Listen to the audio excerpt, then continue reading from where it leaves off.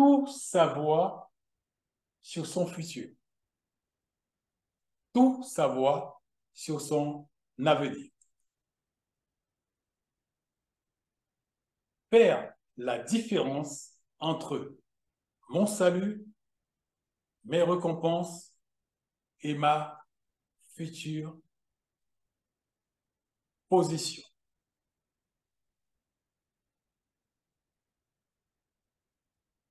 Nous allons apprendre certaines choses pour nous aider à faire certains choix qui sont importants pour nous. Ça veut dire que ça va nous aider à accepter certains sacrifices qui sont nécessaires pour nous aider à accéder à certaines choses qui sont prévues pour nous. Je m'explique.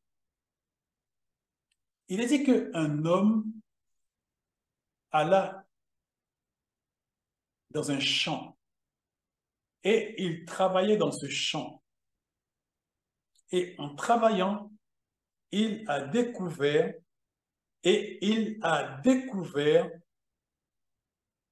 un trésor. Quand cet homme a découvert ce trésor, il a été rempli de joie. Et par sagesse, il a recouvert le trésor qui appartient à ce champ et il n'a rien dit à personne. Il est parti chez lui, il avait sa maison, il avait son champ, il avait ses serviteurs, il avait ses bœufs, il avait ses moutons, il avait toute sa propriété. Cet homme a vendu tout ce qu'il possédait. Il a ramassé l'argent et il a été vers le propriétaire de ce champ. Et il a dit au propriétaire de ce champ, « Je veux acheter ton champ. » Mais pour le propriétaire de ce champ n'a pas de grande valeur, à part le travailler pour faire pousser du blé ou autre produit. Mais il faut attendre une année. Le propriétaire du champ a dit, mais il n'y a pas de problème. C'est un champ en lui-même, il s'est dit, c'est un champ qui n'a pas grande valeur. Pourquoi pas? Et il a vendu ce champ à cet homme. Et bien sûr, vous et moi, nous comprenons que cet homme rentrant en possession de ce champ est rentré en possession du trésor qui était caché dans ce champ. Et c'est de ce qu'on nous parle ce matin. Faire la différence entre mon salut, mes récompenses et ma future position. Je veux dire,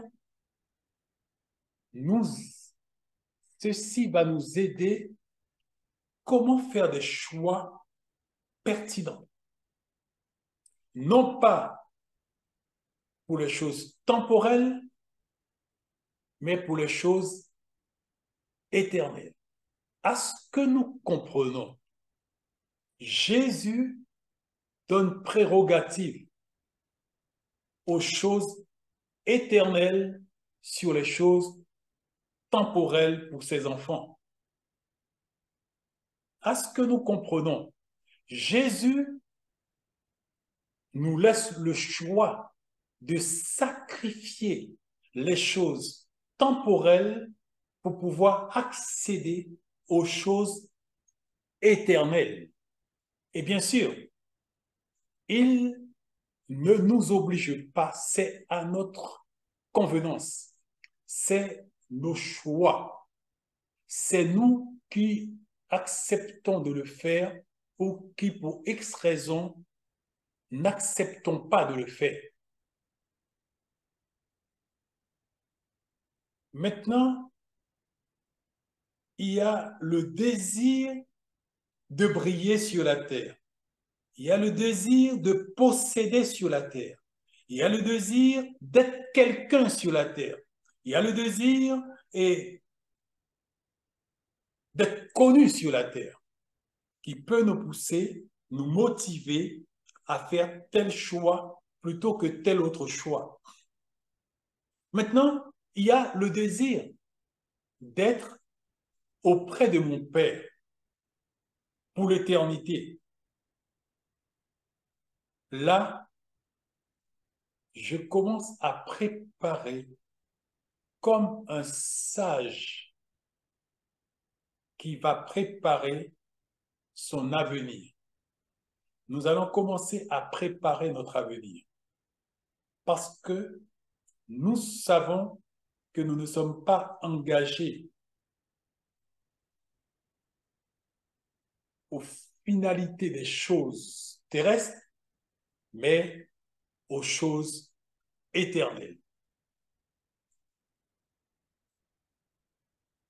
Il y a dans l'éternité qui est juste devant nous que deux destinations.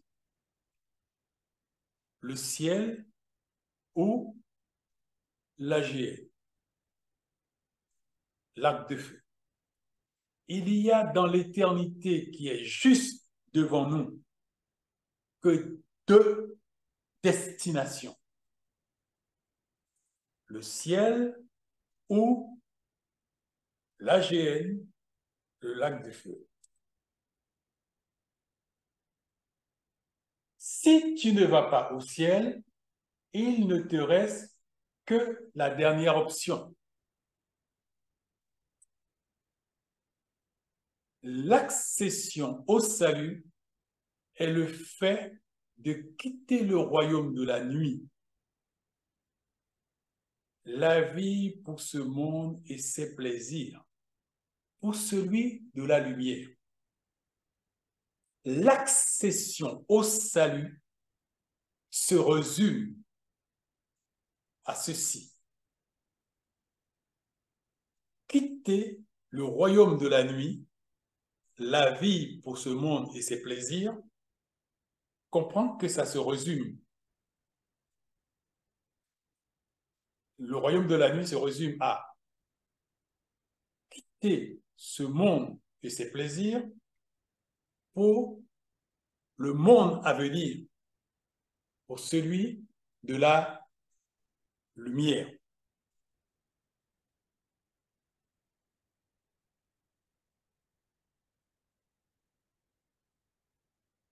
Le salut de tous les chrétiens depuis la mission du Maître est gratuit. Je veux dire, ni toi, ni moi n'avons à payer quoi que ce soit pour avoir ce salut. Nous croyons que Jésus est mort pour nous et qu'il a versé son sang pour nous et qu'il est ressuscité pour nous et qu'il est monté au ciel pour nous. Nous croyons de tout notre cœur, dans notre cœur, que ceci est pour nous. Nous accédons au salut. C'est gratuit. C'est un cadeau qui nous est fait après que nous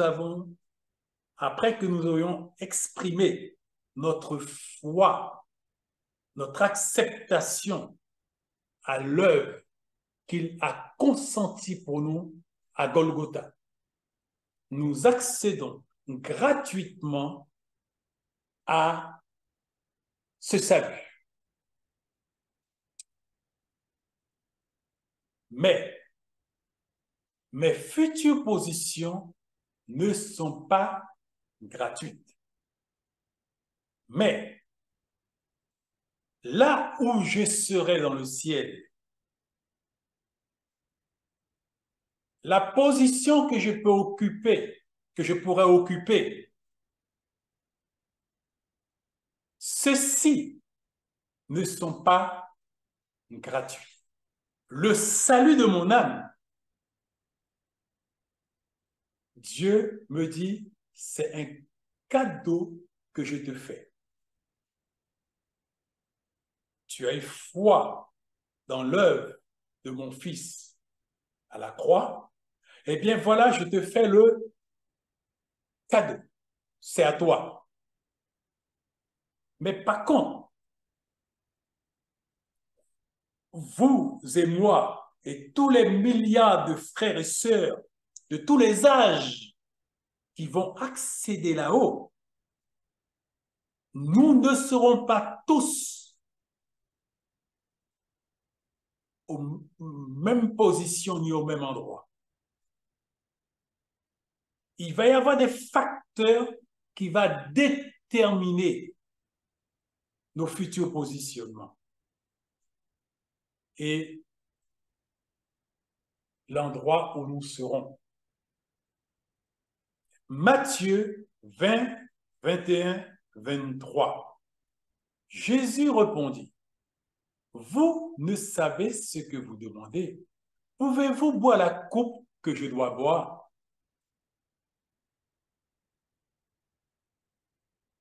Nous le pouvons, dirent-ils. Il leur répondit, « Il est vrai que vous boirez ma coupe, mais pour ceux qui est d'être assis à ma droite et à ma gauche, cela ne dépend pas de moi et ne sera donné qu'à ceux à qui mon Père l'a réservé. » Qu'est-ce que nous comprenons par là?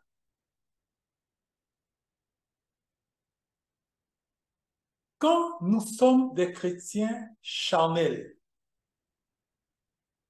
comprenant l'existence du point de vue terrestre, temporel, terrestre, de la terre, nous nous battons afin de pouvoir avoir une place prépondérante sur la terre qui peut se résumer à une responsabilité dans notre communauté, qui peut se résumer à une ambition pour être vu, pour être connu, pour obtenir de la reconnaissance de nos semblables, qui peut s'exprimer de toute autre manière. Ça, c'est notre ambition que nous affichons en fonction de ce que nous avons compris de la vie, mais la vie terrestre. Dieu nous dit, en tant que mes enfants, je veux que maintenant votre vision change. Je veux que maintenant votre approche change. Je veux maintenant que votre ambition soit modelée. Car les choses terrestres sont dans le temps, pour 10 ans, pour 20 ans, pour 40 ans. Mais ils vont passer. Et ils ne resteront pas à toujours. Par contre, si vous écoutez ce que je vous dis et vous comprenez ce que je vous dis, vous allez maintenant vous inscrire dans ce que mon cœur veut pour vous. Et vous allez apprendre, même si c'est difficile et douloureux pour vous, vous allez apprendre à sacrifier le temporel pour l'éternel. Car il nous révèle que Nous accédons au salut gratuitement, mais son désir pour nous ne s'arrête pas là. Son désir pour nous va bien plus loin. Il veut que nous soyons avec lui dans le ciel et il veut que nous soyons le plus près que possible de lui. Mais il dit, c'est pas moi qui va prendre la décision de dire, toi tu seras là, toi tu seras là, toi tu seras là. C'est mon Père qui va donner à chacun sa place qui lui est réservée en fonction de quels critères.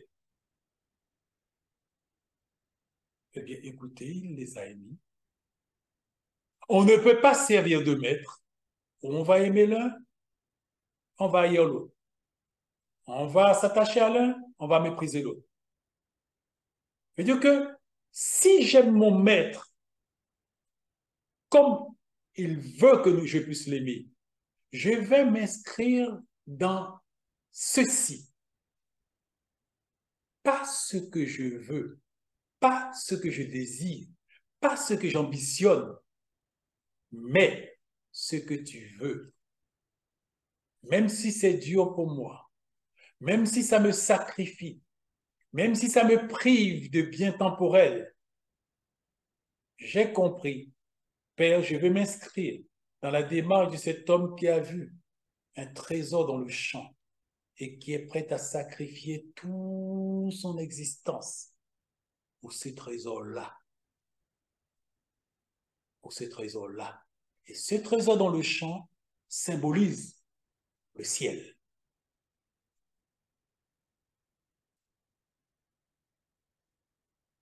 Maintenant, c'est mon cœur qui va déterminer pour moi beaucoup de choses. Le positionnement de mon cœur par rapport à mon amour pour lui, qui va me motiver à consentir à ça plutôt que ça.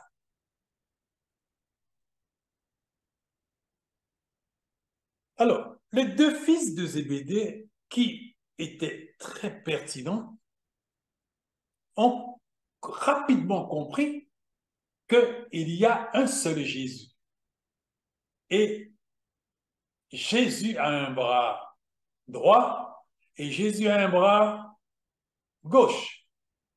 Et qu'il y a 12 apôtres.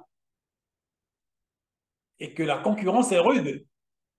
Il n'y a que 2 bras et ils sont 12. Ils sont vite fait une démarche terrestre. Seigneur, nous voulons garantir notre futur. D'accord, oui.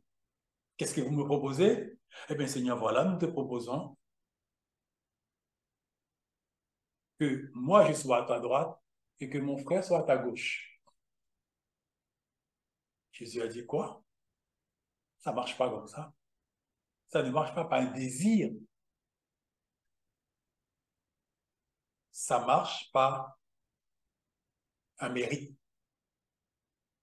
Est-ce que vous êtes prêts à vous sacrifier et à boire la coupe que je dois boire? Oui, Seigneur, nous le pouvons. Jésus a dit, c'est vrai, vous allez le faire. Mais les 12 vont le faire. Plutôt, les 10 vont le faire. Ça veut dire que la concurrence est toujours ouverte. Il faut aller plus loin. Et le Père va réserver cette place-là, à ma gauche et à ma droite, à ceux à qui il l'a réservé. Ils sont repartis, penauds, mais pas découragés, parce qu'ils savaient que la concurrence, quel terme c'est qu'on est revenu là? La compétition est ouverte. Qui aime plus? Qui est prêt à accepter le plus qu'il soit bafoué et mis par terre pour que la volonté seule du maître puisse s'accomplir en lui, pour que l'objectif du maître seul puisse être atteint en lui, pour que la parfaite volonté du Père soit accomplie en lui. celui-là a plus de chances que les autres.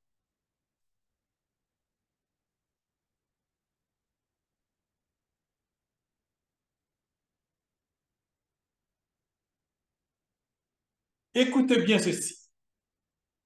Nous sommes en passe de mettre nos pas dans la cité, de rentrer dans l'éternité. Retenez-le. Écoutez bien ceci. Nous sommes en passe de mettre nos pas dans la cité, de rentrer dans l'éternité.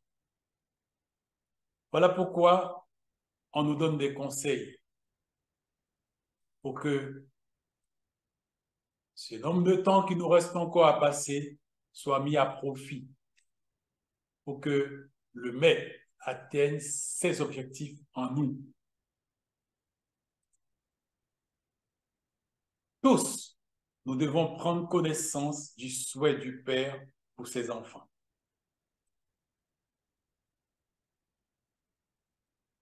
Il y a 3 futures positions auxquelles nous pouvons accéder, à savoir, première position, celui des appelés. Deuxième position, celui des élus. Troisième position, celui des fidèles. La parole a été assez claire dans l'Apocalypse. Il l'a dit avec clarté. Il y a 3 positions après que nous avons accédé au salut gratuit,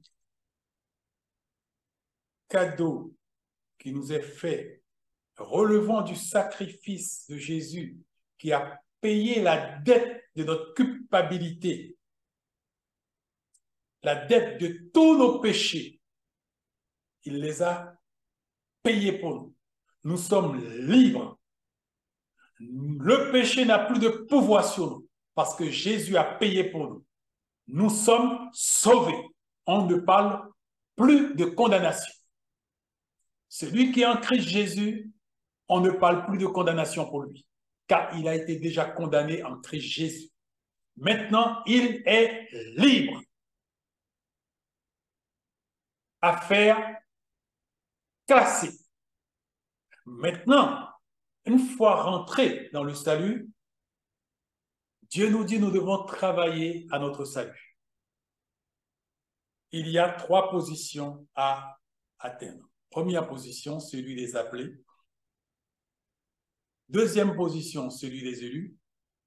Troisième position, celui des fidèles. Nous ne sommes pas concernés par la destination négative dont nous avons évoqué. Il y a 2 destinations. Le ciel ou la géhenne, le lac de feu. Nous ne sommes pas concernés par ça, car en accédant au salut par la foi, nous avons été à jamais libérés de la sentence finale des pécheurs. Le lac de feu, la géhenne, écrit dans l'Apocalypse. Nous ne sommes plus concernés par ça. Ne vous laissez pas abattre. C'est pour cela, marchant sur la berge, si vous tombez dans la boue, levez-vous rapidement, nettoyez-vous en vous repentant, en demandant pardon au Papa et continuez votre route. La condamnation n'est pas pour vous.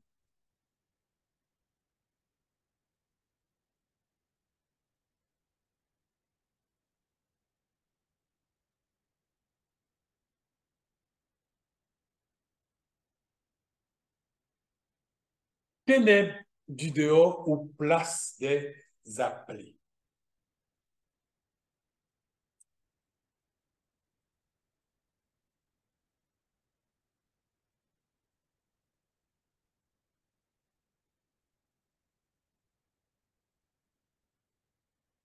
Matthieu, 8, 12, 10. Après l'avoir entendu, Jésus fit dans l'étonnement et il dit à ceux qui le suivaient, je vous le dis, en vérité, même en Israël, je n'ai pas trouvé une aussi grande foi. Or, je vous déclare que plusieurs viendront de l'Orient, de l'Occident, et seront à table avec Abraham, Isaac et Jacob dans le royaume des cieux. Mais les fils du royaume seront jetés dans les ténèbres du dehors, où il y aura des pleurs et des grincements de dents.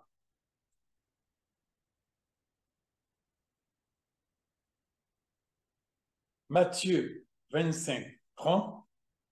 Et le serviteur inutile, jette-le dans les ténèbres du dehors, où il y aura des pleurs et des grincements de dents. Alors,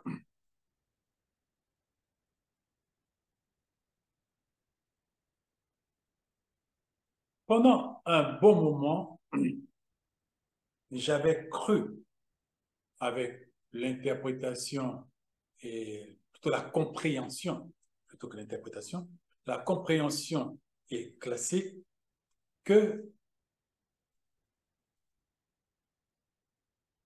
la GN, le lac de feu, était égal aux ténèbres du dehors. Pour après m'apercevoir, Dieu a attiré mon attention à un endroit où Jésus parle du ténèbre du dehors, puis après, de suite, après, il parle de la géhenne, du lac de feu. Et là, il m'a pointé, ce n'est pas la même chose. Et là, j'ai compris. Il n'y a que deux endroits. Au final, les hommes qui ont vécu sur la terre depuis Adam et Ève pourront aller que deux destinations. Il n'y en a pas trois. Il n'y a que deux. À savoir, le ciel ou la géhenne, le lac de feu. C'est-à-dire que on ne peut pas ajouter un troisième lieu,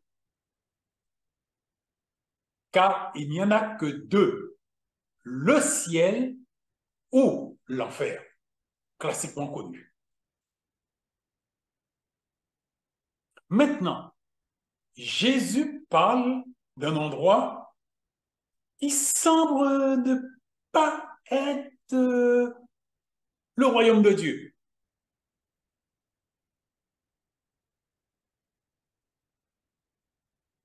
Et là, on se demande, mais c'est quoi cet endroit, les ténèbres du dehors? Car tu parles, Seigneur, du royaume de Dieu pour tes enfants. Et là, tu dis qu'ils vont aller dans les ténèbres du dehors. Là, il y aura des grincements de dents et le regret. Ah. Et là, on commence à comprendre. On classe les choses ainsi. Il y a le ciel, il y a l'enfer. Si toi et moi, nous n'allons pas au ciel, il ne nous reste qu'une seule destination, c'est l'enfer. Point. Maintenant, si toi et moi, la grâce nous est donnée de ne pas aller en enfer, il ne nous reste qu'une seule destination, le ciel. et c'est de ce que nous parlons ce matin, la position à acquérir dans le ciel. Au ciel, on ne sera pas tous au même endroit et on n'aura pas tous les mêmes récompenses. On ne sera pas tous au même endroit, on n'aura pas tous les mêmes récompenses.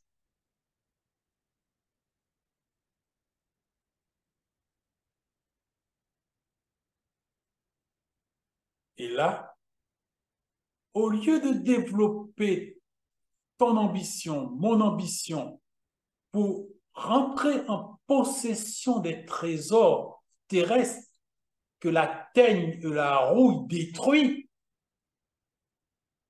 concentrons-nous sur les richesses éternelles que la teigne et la rouille ne peuvent pas détruire, qui va faire notre réelle richesse éternelle et qui va éviter que toi et moi, nous puissions occuper une place que Christ a dit qui n'est pas enviable.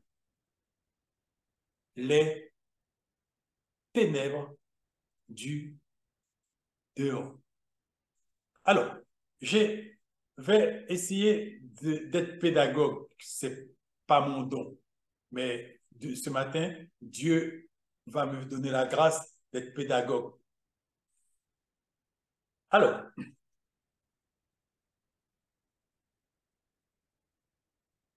nous savons que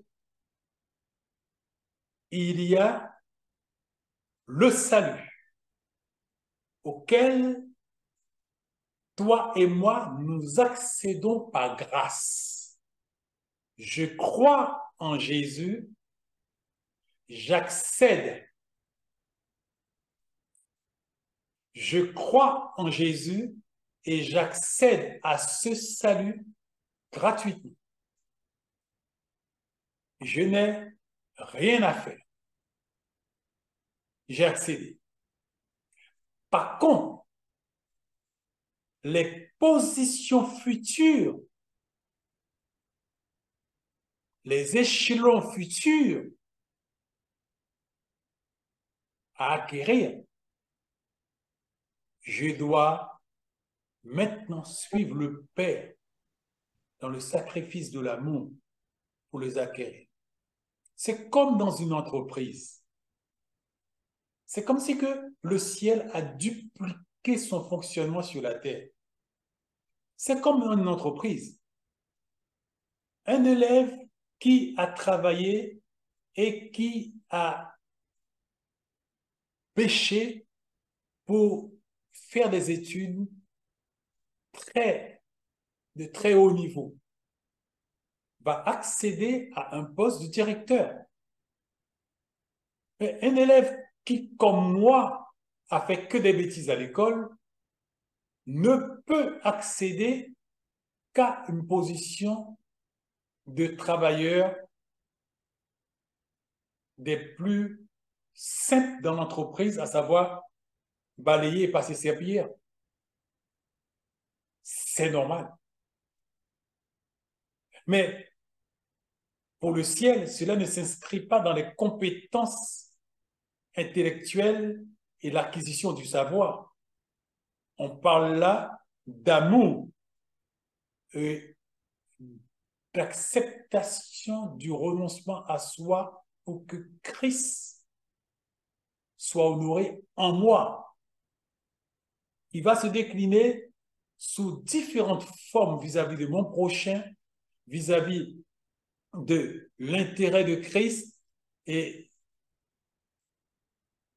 mais il doit s'inscrire systématiquement à mon désavantage. Car l'amour ne s'inscrit pas dans donner, donne-moi. L'amour s'inscrit dans donner. Et il n'y a pas de plus grand amour que de donner sa vie pour ses amis. Nous comprenons par là que cette démarche d'acquisition pour les positions dans le ciel s'inscrit dans celui du Seigneur Jésus, dans ce qu'il a consenti à faire pour les hommes, sous tous ces aspects.